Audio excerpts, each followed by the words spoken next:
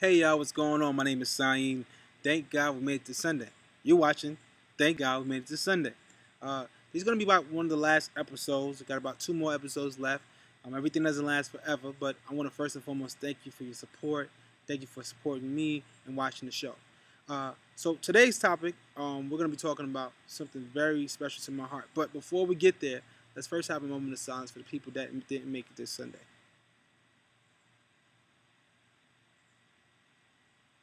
Okay, so today's topic is about the art of unselfishness, of practicing being unselfish. Now, as humans, we all are selfish to a certain degree. I mean, we come out our mother's stomach and we say we want milk when we want it. We are selfish naturally. I mean, it's in our human nature.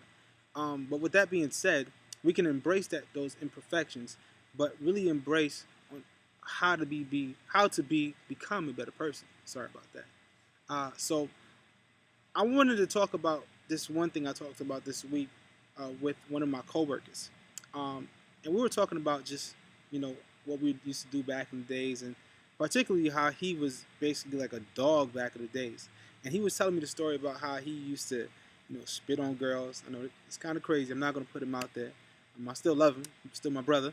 How he used to just treat girls like crap, and it really bothered me after a while. I mean, at first, certain things were funny, but I said, "Wow, you know, did he really do these things?" And he told me about how he actually called the females that he used to treat bad. He's not fully a bad person, but those bad things, of course, overshadow a lot of the positive things he's probably done in his life. But he's called many of these females 15, 20 years later. He's much older than I am, of course. But he's called them and apologized.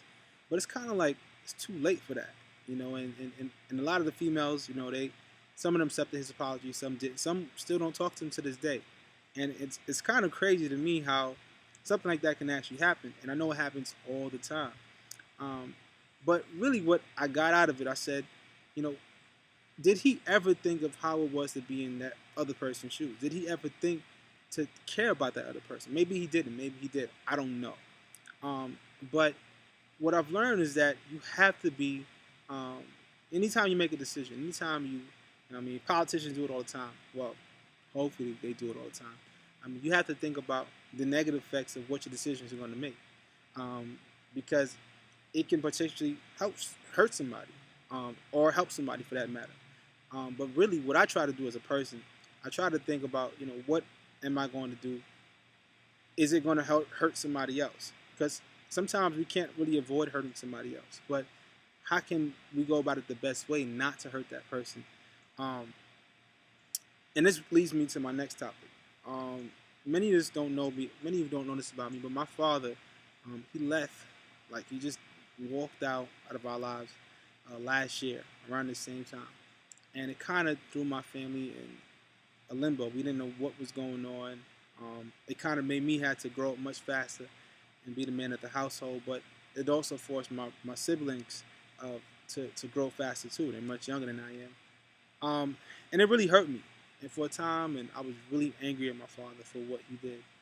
And at times, I'm still upset. But the greatest peace that I find myself, of course, is with God. But really, what I really try to do is try to place myself in his shoes. Try to see what he may have went through when he was younger. Maybe his father wasn't there, which he wasn't. What happened in his lifestyle, in his life, for that matter, that made him go about and just up and leave. And it sounds crazy if you start to really think about it, but if you go through that person's life, you may say, hey, maybe he or she has a reason for what they did. Now, does that justify it? No. In my opinion, no. But do I sympathize with the person? I try my best to. And that's what I want to encourage all of you today, to try to sympathize with anybody that may have hurt you, or sympathize with somebody that you probably actually hurt in the past. I mean, think about what you possibly went through and what they went through, um, to be the person they are now. Because you know anybody, for that matter, I'm a community organizer, so I go out and I try to advocate for people. But really, I care about um, my African American comrades. Um, and I know, our race, we have a long way to go. We're not perfect people, but I love my people, regardless of what happens. So, I look at the things I'm doing in my life, and I'm like, well, such and such has the choices. He has the same choices that I do. I mean, I wake up every morning, I read my books, and I go running. I mean, I make those conscious decisions, and why should that person reap the same benefits as I do? Sound like a Republican, right? Okay, but anyway, um, what I had to realize is that you know everybody's different, and everybody grows up in a different context. You don't know what's going through that person's mind, and I've said this earlier today during our conversation.